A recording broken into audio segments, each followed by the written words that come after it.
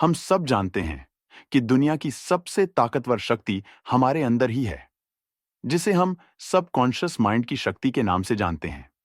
लेकिन इस शक्ति के बारे में पढ़ने और सुनने के बावजूद भी इसका विश्वास करना मुश्किल होता है। कहीं ना कहीं हमारा मन कहता है कि क्या सच में ऐसा होता है कि सिर्फ सोचने से चीजें बदल जाएं? अगर ऐसा है, तो पूरी दुनिया सोचने लगेगी और किसी को काम करने की जरूरत ही नहीं पड़ेगी। अगर आपके दिमाग में भी इसी तरह के विचार आते हैं, तो यह ऑडियो बुक आपके लिए ही है। विश्वास करें या न करें, सबकॉन्शियस माइंड की शक्ति पूरी तरह से प्रभावी होती है। लेकिन समस्या यह है कि हमें इस पावर को सही तरीके से यूज करना नहीं आता। हमें यह समझ में ही नहीं आता कि अपने जीवन के लक्ष्यों को इतनी आसानी से कैसे प्राप्त किया जा सकता है। हमें बचपन से यही सिखाया गया है कि लक्ष्यों को केवल कठिन मेहनत से प्राप्त किया जा सकता है, तो सिर्फ सोचने से कैसे संभव है? आइए आज इस जादू को सीखते हैं और समझते हैं कि सबकॉन्शियस माइंड की शक्ति का उपयोग कैसे किया जा सकता है और हम अपनी इच्छाओं को कैसे पूरा कर सकते हैं। बस एक शर्त है कि ऑडियो बुक पूरी सुने। अधूरी जानकारी पूरी जानकारी के ना होने से भी ज्यादा खतरनाक होती है। इसलिए थोड़ा समय निकालें, ध्यान केंद्रित करें और हो सकता है कि यह ऑडियो बुक आपकी जिंदगी को बदल दे। तो चलिए शुरू करते हैं। आज हम चर्चा करेंगे डॉक्टर जोसेफ मर्फी द्वारा लिखी गई एक किताब के बारे में, जिसने लाखों लोगों के जीवन में चमत्कारिक बदलाव किए हैं और उनकी जिंदगी को पूरी तरह से बदल दिया है। जी हाँ, हम बात कर रहे हैं the power of your subconscious mind के बारे में। इस किताब को हल्के में लेना बिल्कुल भी सही नहीं है, क्योंकि यह सबकॉन्शियस माइंड के विषय पर लिखी गई अब तक की सबसे बेहतरीन किताब है। जब आप अपने अवचेतन मन की अद्वितीय शक्ति का सही तरीके से उपयोग करना सीखेंगे, तो आपके जीवन में असाधारण बदलाव आने लगेंगे। आप हर वो चीज प्राप्त कर सकेंगे जिसकी आपने कल्पना की है, और उन लक्ष्यों को हासिल कर सकेंगे जिनकी आपने चाहत की थी। आप इतनी बड़ी धनराशि कमा सकेंगे जिसे आपने कभी सोचा भी नहीं था। इस किताब से 10 चैप्टर्स को हम इस ऑडियो बुक में डिस्कस करने वाले हैं, जो आपको सफलता की दिशा में ले जाने और आपकी इच्छाओं को पूरा करने में मदद कर सकते हैं। यदि आप इस ऑडियो को ध्यानपूर्वक सुनते हैं, समझते हैं और अपने जीवन में लागू करते हैं, तो मैं आपको पूरा भरोसा दिलाता हूं कि सफलता आपके कदम चूमेगी और आप ऊंचाइयों तक पहुंच पाएंगे। अगर आप अपने जीवन में ऐसी सफलता पाना चाहते हैं जिसकी आपने कभी कल्पना भी नहीं की, तो इस ऑडियो को ध्यान से सुनें और किसी भी चैप्टर को न छोड़ें। तो चलिए शुरुआत करते हैं। चैप्टर 1।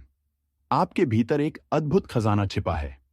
क्या आप जानते हैं, एक छोटा सा लोहे का टुकड़ा, यदि उसमें चुंबक लगा हो, तो वह अपने वजन से 10 गुना अधिक वजन आसानी से उठा सकता है। लेकिन अगर उस चुंबक को हटा दिया जाए, तो वह एक तिनका भी नहीं उठा सकता। इसी प्रकार दुनिया में दो तरह के लोग होते हैं। एक वे जिनके पास चुंबकीय ताकत होती है, जिनमें आत्मविश्वास और विश्वास भरा होता है, जो जानते हैं कि वे जीतेंगे और सफल होंगे। दूसरे वे जिनमें यह चुंबकीय तत्व नहीं होता, जो हमेशा डर और संदेह में रहते हैं और जीवन में आगे नहीं बढ़ पाते। आप भी एक चुंबकीय व्यक्ति बन सकते हैं, बशर्ते आप अवचेतन मन की शक्ति को समझें और उसका उपयोग करें। अब हम समझेंगे कि अवचेतन मन क्या है। आपका मस्तिष्क एक ही है, लेकिन इसके दो स्पष्ट भाग हैं। ये दोनों भाग अलग अलग गुण और क्षमताएं रखते हैं और एक रेखा द्वारा विभाजित होते हैं। एक भाग है चेतन मन, जो आपकी बाहरी सोच और भावनाओं को नियंत्रित करता है, और जबकि दूसरा भाग है अवचेतन मन, जो आपकी गहरी सोच और छुपी हुई भावनाओं को संभालता है। अवचेतन मन जो अंदर ही अंदर इंफॉर्मेशन स्टोर कर रहा है, जो भी आपके साथ हो रहा है या जो भी आप सोच रहे हो, उसे अपने अंदर स्टोर कर रहा है। चेतन मन और अवचेतन मन के संबंध को एक कहानी के माध्यम से समझते हैं। एक बार महान गायक एनरिको कैरुसो अपने करियर के शुरुआती दिनों में मंच पर जाने से बहुत घबराए हुए थे। डर के कारण उनकी गले की मांसपेशियां सिकुड़ गईं और उनका चेहरा पसीने से तरबतर हो गया। शर्म और घबराहट के चलते वे मंच के पीछे चले गए। उन्हें थोड़ी देर बाद हजारों लोगों के सामने प्रदर्शन करना था, लेकिन दर्शकों को देखकर उनके ऊपर डर हावी हो गया। कांपते हुए उन्होंने कहा कि वे नहीं गा सकते और लोग उन्हें हंसेंगे। वे अपने ड्रेसिंग रूम की ओर लौटने लगे, लेकिन अचानक रुककर उन्होंने चिल्लाया, भाग जाओ डर, तुम्हें भागना ही होगा, यहां से निकल जाओ। इसके बाद वे फिर से मंच पर गए, सिर ऊंचा करके दर्शकों का सामना किया और गाया ऐसा कि लोगों के दिल को छू लिया। इस कहानी से हमें यह सीखने को मिलता है कि जब आपका चेतन मन डर, चिंता और तनाव से भरा होता है, तो आपका अवचेतन मन भी नकारात्मक भावनाओं से प्रभावित होता है।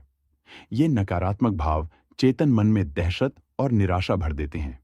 जब भी ऐसा हो, एनरिको कैरुसो की तरह आप अपने चेतन मन को साहस और विश्वास के साथ नकारात्मक विचारों का सामना करने के लिए प्रेरित करें और अपने मन में कहें, मैं पूरी तरह से नियंत्रण में हूं, मैं यह काम आसानी से कर सकता हूं, यह बहुत आसान है। जब आप अपने चेतन मन को इस तरह से आदेश देंगे, तो आपका अवचेतन मन शांति और सकारात्मकता से भर जाएगा और आपके अंदर जोश, उत्साह और शक्ति आएगी, जिससे आपको एक्सपेक्टेशन से भी बेहतर परिणाम मिलेंगे।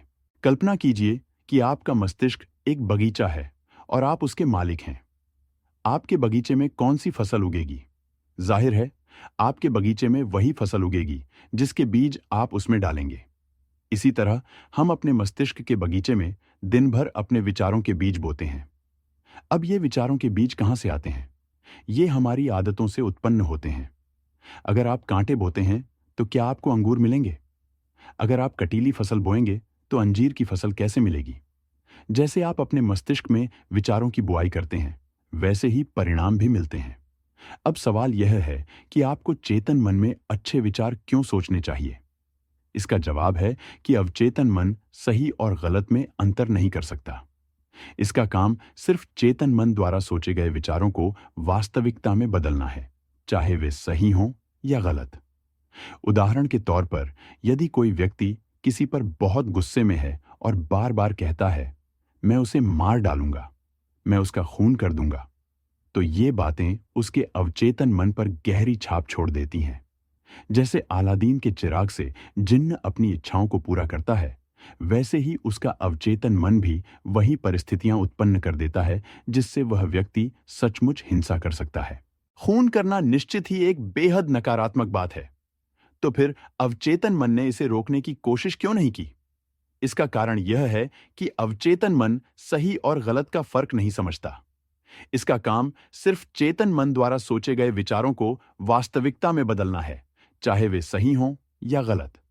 उदाहरण के लिए, अगर कोई छात्र परीक्षा में टॉप करना चाहता है और बार बार कहता है, मैं टॉप करूंगा, मैं टॉप करूंगा, तो वह इस विचार को बार बार अपने अवचेतन मन में अंकित कर देता है। इसके परिणाम स्वरूप उसका अवचेतन मन कहेगा, जो हुक्म मेरे आका, और वह ऐसी परिस्थितियां उत्पन्न करेगा जो उसे बहुत मेहनत करने के लिए प्रेरित करेंगी, जिससे वह परीक्षा में टॉप कर सकेगा। अवचेतन मन आपके द्वारा चाही गई हर चीज को हकीकत में बदल सकता है।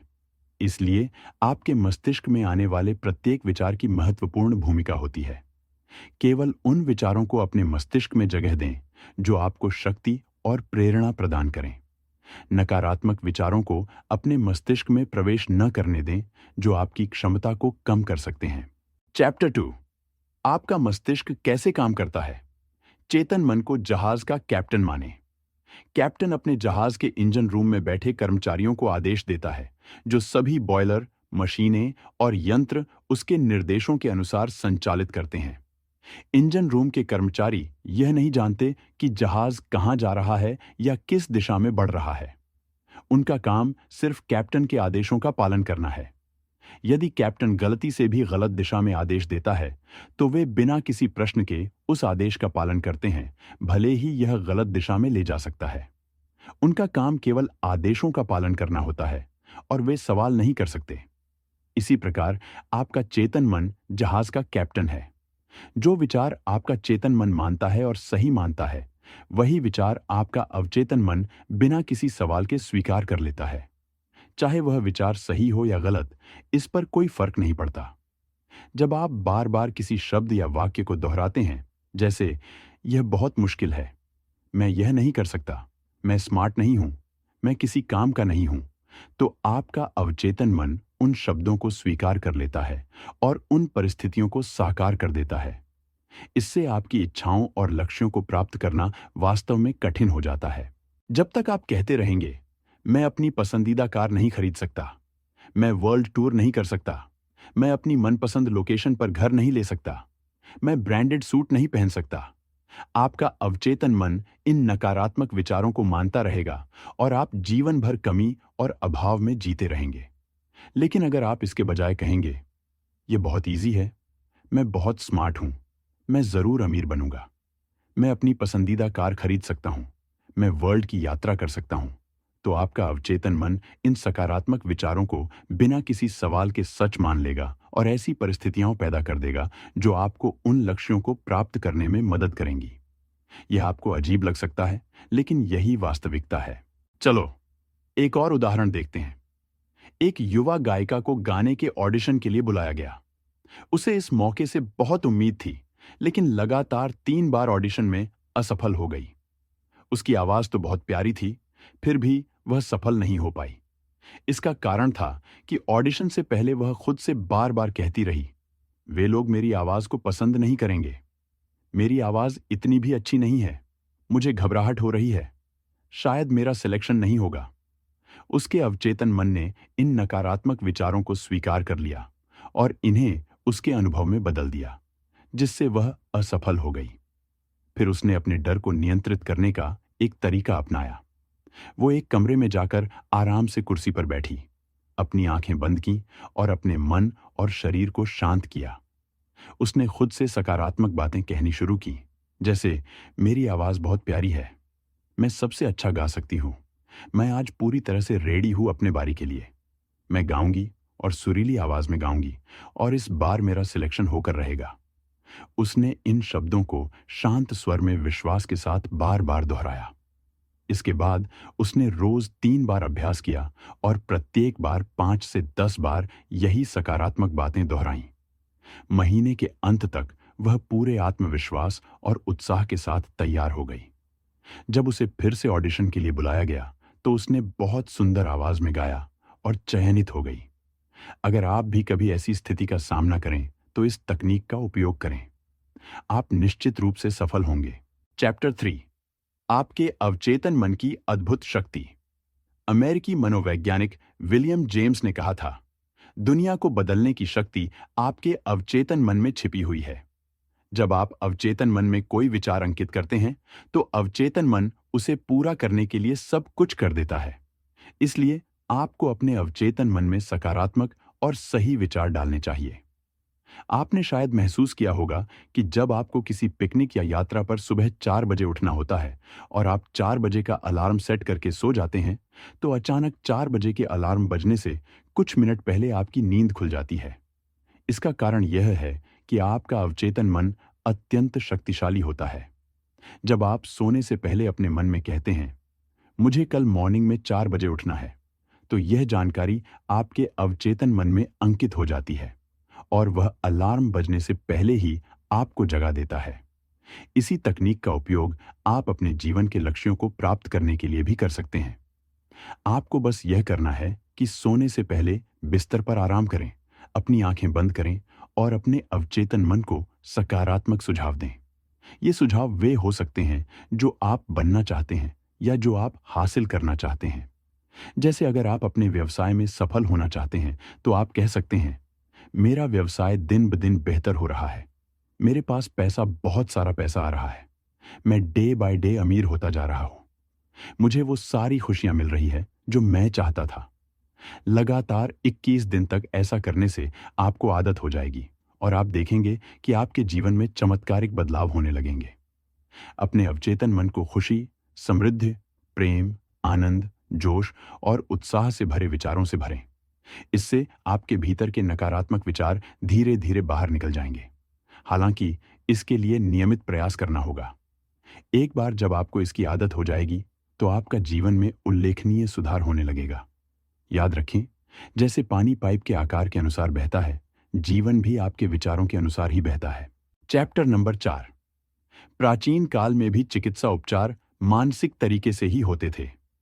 प्राचीन काल में जब आधुनिक अस्पताल और चिकित्सा सुविधाएं उपलब्ध नहीं थीं, तब भी लोगों की बीमारियों का इलाज होता था।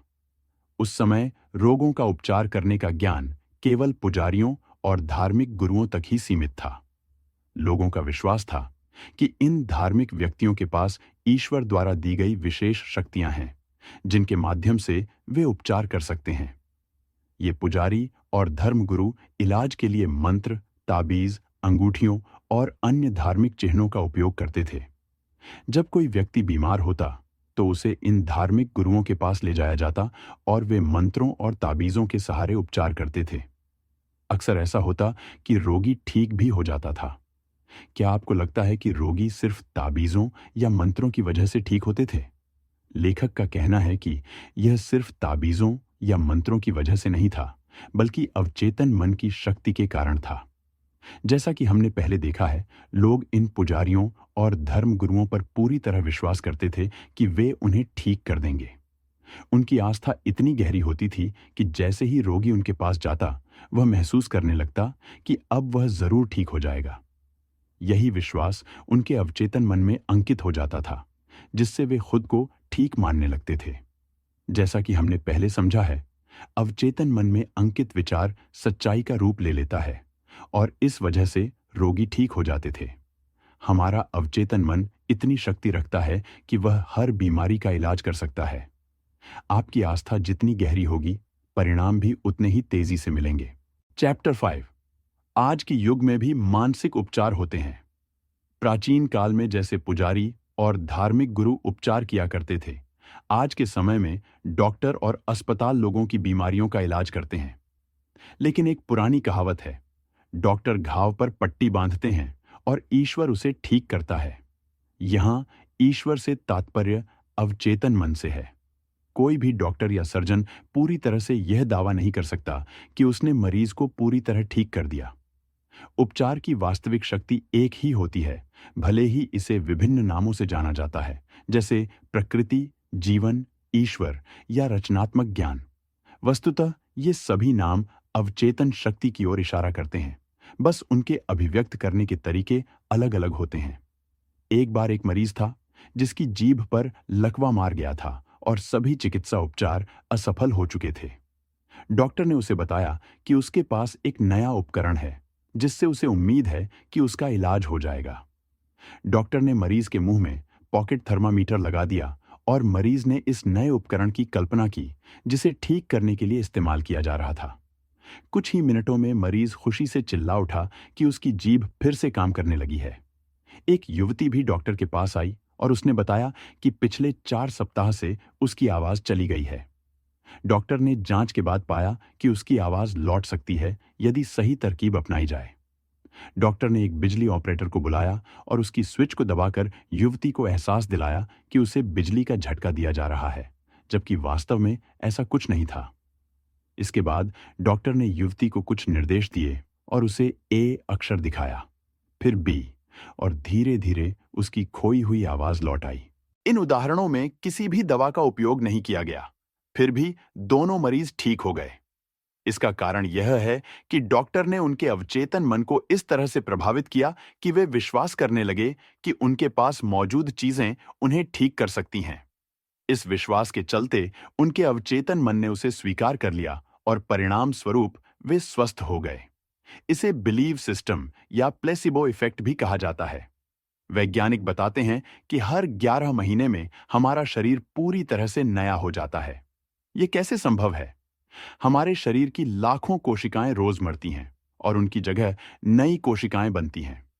हर 11 महीने में हमारे शरीर की सभी कोशिकाएं पूरी तरह से बदल जाती हैं। इसका मतलब यह है कि शारीरिक रूप से आप केवल 11 महीने ही वृद्ध होते हैं। यदि आप अपने शरीर में क्रोध, ईर्ष्या और दुर्भावना के विचारों को जगह देते हैं, तो इसके लिए कोई और जिम्मेदार नहीं है। ठीक उसी प्रकार जैसे अंधेरे से छुटकारा पाने के लिए आपको प्रकाश का सहारा लेना पड़ेगा और ठंड से बचने के लिए आपको गर्मी का स्रोत ढूंढना पड़ेगा। नकारात्मक सोच से उबरने का तरीका सकारात्मक विचार रखना है। जब आप अच्छाई को अपनाते हैं, तो बुराई अपने आप समाप्त हो जाती है। चैप्टर 6। हम जो चाहते हैं वो रिजल्ट कैसे पाए। आपके अवचेतन मन को प्रभावित करने का सबसे प्रभावी समय सोने से ठीक पहले और जागने के तुरंत बाद होता है। इसका कारण यह है कि इस समय के दौरान आपका अवचेतन मन सबसे अधिक सक्रिय और ग्रहणशील होता है। इस अवस्था में नकारात्मक विचार या छवियां नहीं होती जो आपकी इच्छाओं का विरोध कर सकती हैं, और आपके अवचेतन मन को सकारात्मक विचारों को स्वीकार करने में आसानी होती है। जब आप अपनी इच्छाओं की पूर्ति की कल्पना करते हैं और उसकी खुशी का अनुभव करते हैं, तो आपका अवचेतन मन आपकी इच्छाओं को पूरा करने में मदद करता है। जैसे स्वास्थ्य की भावना से स्वास्थ्य उत्पन्न होता है और धन की भावना से धन उत्पन्न होता है, वैसे ही आपकी भावनाएं आपके जीवन में साकार होती हैं। कल्पना आपकी सबसे बड़ी आंतरिक शक्ति है, इसलिए अच्छी और सुंदर चीजों की कल्पना करें। आप वही बनते हैं जैसी आप अपने बारे में कल्पना करते हैं। सोने से पहले अपनी इच्छाओं की पूर्ति की बार बार कल्पना करें और विश्वास रखें कि वे पूरी हो रही हैं। शांति से सोएं और खुशी के साथ जागें।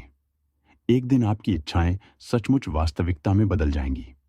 यदि आपके जीवन में कोई समस्या है, तो सोने से पहले अपने अवचेतन मन को उस समस्या का समाधान ढूंढने की जिम्मेदारी सौंप दें। वह आपको सही उत्तर देगा। यदि आप अभी भी इस ऑडियो को सुन रहे हैं, इसका मतलब है कि आप अपने जीवन में उन्नति की चाह रखते हैं और अवचेतन मन की शक्ति के माध्यम से सफलता की ऊंचाइयों तक पहुंचना चाहते हैं। ऐसा निश्चित रूप से होगा। आगे के पॉइंट्स भी महत्वपूर्ण हैं, तो कृपया ऑडियो सुनते रहें। चैप्टर 7, धन और समृद्धि के लिए अवचेतन मन की शक्ति का कैसे उपयोग करें। रोज रात सोने से पहले और सुबह उठने के तुरंत बाद बस 2 शब्दों को लगातार दोहराएं, धन और सफलता। इन शब्दों में अत्यधिक शक्ति है। जब आप इन्हें बार बार कहेंगे तो आप खुद परिणाम देखकर चकित रह जाएंगे। धन आपके पास ताजे बर्फ के टुकड़ों की तरह बहकर आएगा। लेखक एक उदाहरण देते हैं जिसमें एक परेशान व्यापारी मेरे पास आया जिसकी बिक्री और वित्तीय स्थिति बहुत खराब थी। मैंने उसे सलाह दी कि वह अपने ऑफिस में शांति से बैठकर बार बार यह वाक्य दोहराए, मेरी बिक्री हर दिन बढ़ रही है। यह वाक्य वह सोने से पहले और सुबह उठने के बाद भी दोहराता रहे।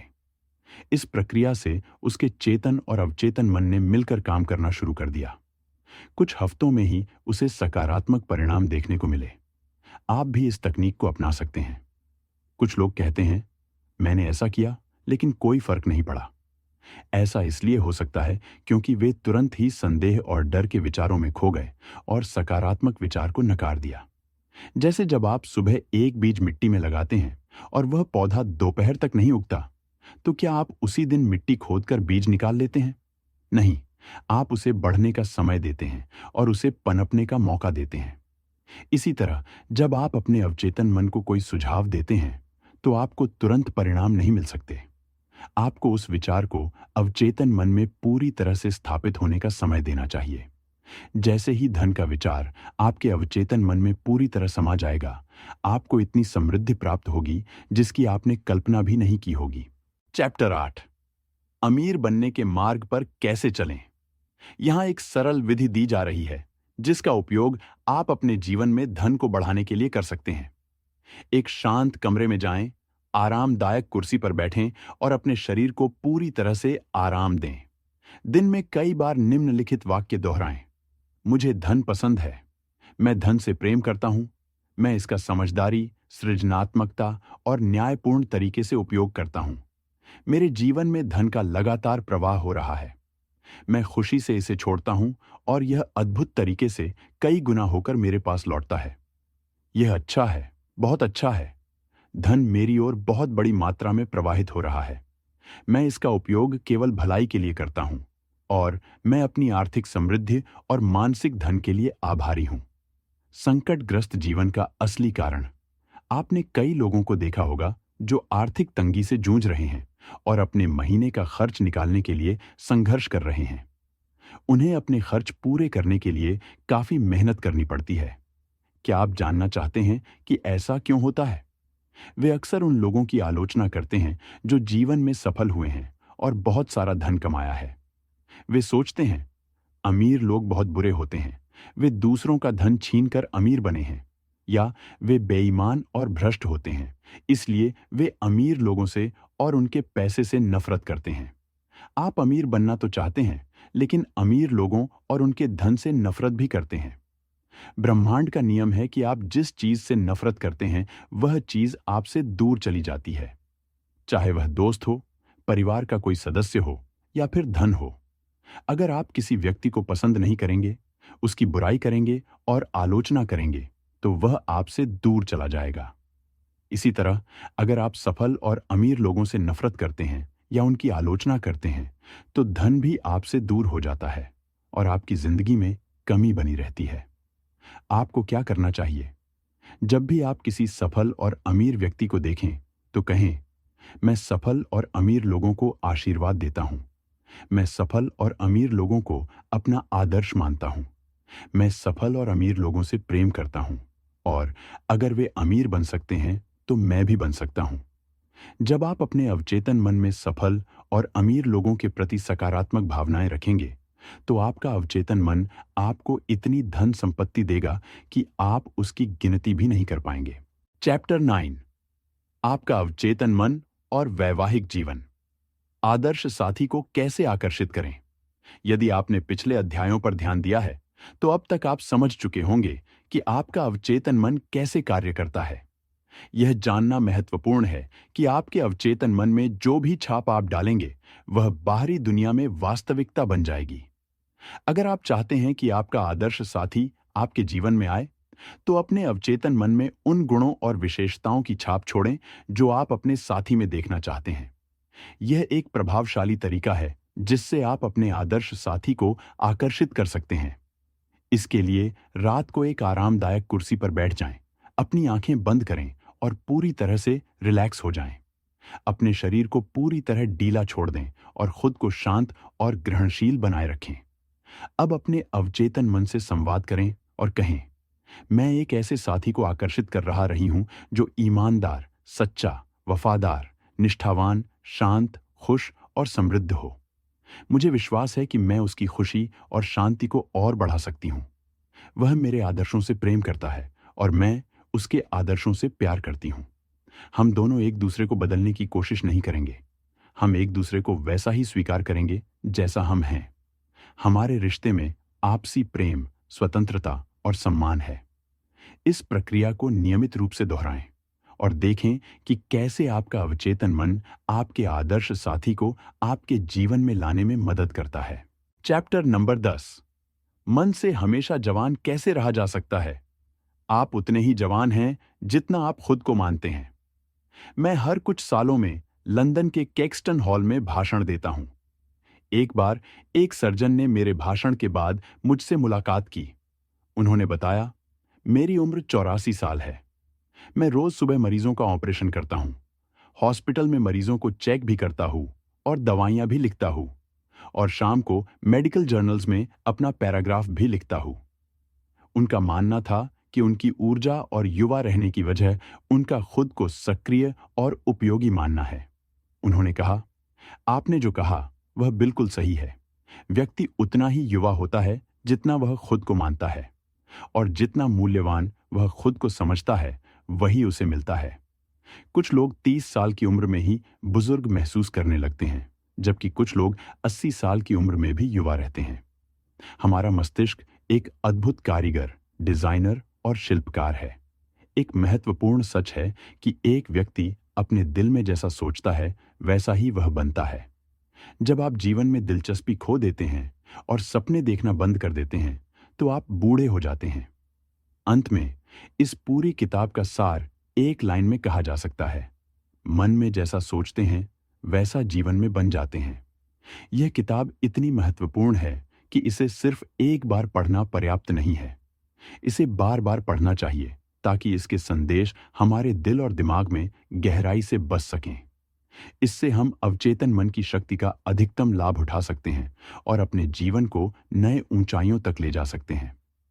हम हर वीक एक सेल्फ हेल्प बुक की समरी आपके लिए 100% एक्यूरेसी के साथ लेकर आते हैं। तो अगर आप किताबें पढ़ने और उनसे सीखने के लिए तैयार हैं, तो हमें सब्सक्राइब करें। धन्यवाद।